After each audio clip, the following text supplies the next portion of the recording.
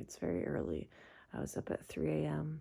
like a good little witch. 3 a.m. That is when the veil is thin.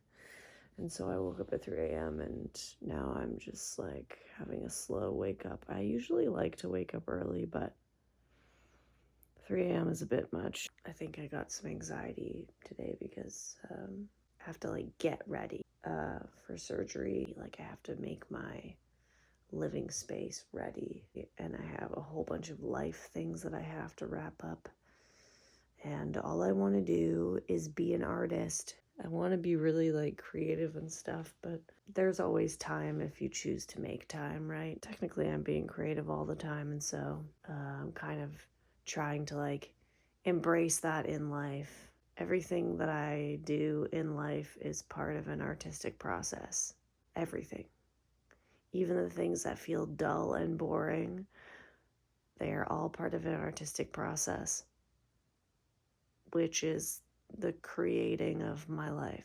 I would say my surroundings are like mildly aesthetic. Like my living space is not completely curated. So that's just like an example of like what we think creativity is supposed to look like. And what it actually is, because what it actually is the messy process of me figuring out what my optimal living experience is. It's all part of the creative process, and I have to like consciously remind myself of that. And choose to consciously remind myself of that time and time again. Like I have to choose to infuse things with dopamine that don't have dopamine for me initially. You know, we have been conditioned by society to believe that creativity isn't important, but it's actually like the most important thing, because you're creating your life every single second that you're alive. And yet we have been made to believe that creativity isn't valuable. It's kind of been seen as this like elite thing that only certain people can do, but it's a complete fallacy. Everyone is creative. That's the integration of infusing that mentality and that practice into my everyday, like, quote, boring tasks to enliven them.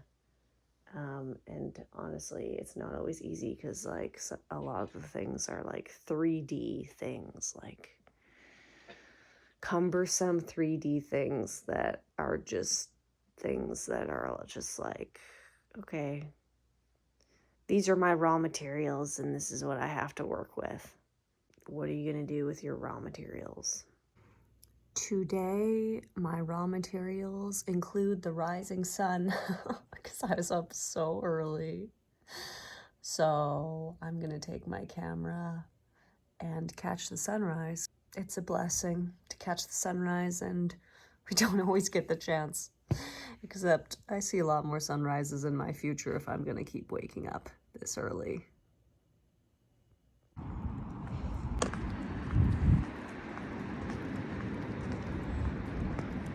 It's actually super cloudy, which I did not expect. So I was like running because I was like, oh, I want to catch the first light, or the first like direct light, I guess. Technically first light has already happened, but I mean like direct sunlight because it's going to be like a clear day. But the horizon is like super cloudy, so looks like I have some time.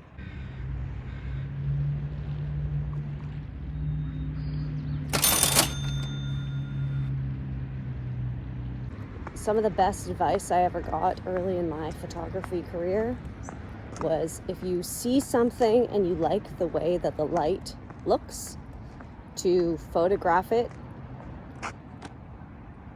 then.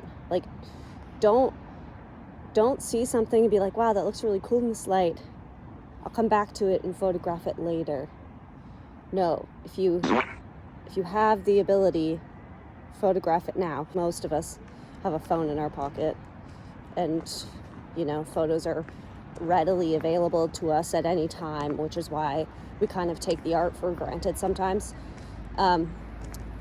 But if you ever see light the way you like it, seize the present moment and take that photo, because the light will never be the same twice.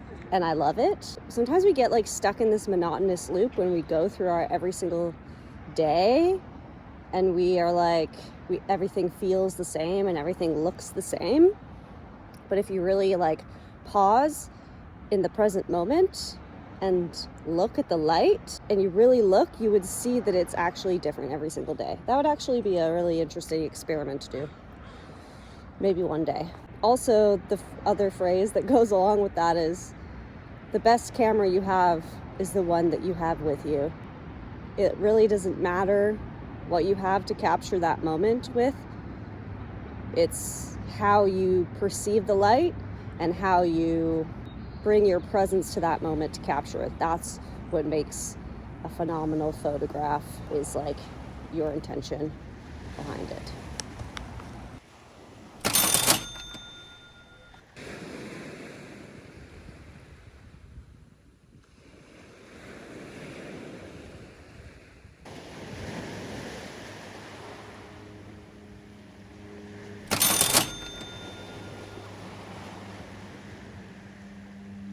The sun, it has arrived, and I have 17 photos left. Lucky us. So, time to be really intentional and make it count.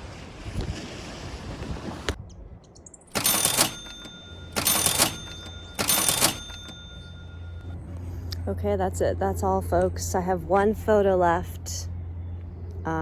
So the photo walk is over for today, but I'll be back.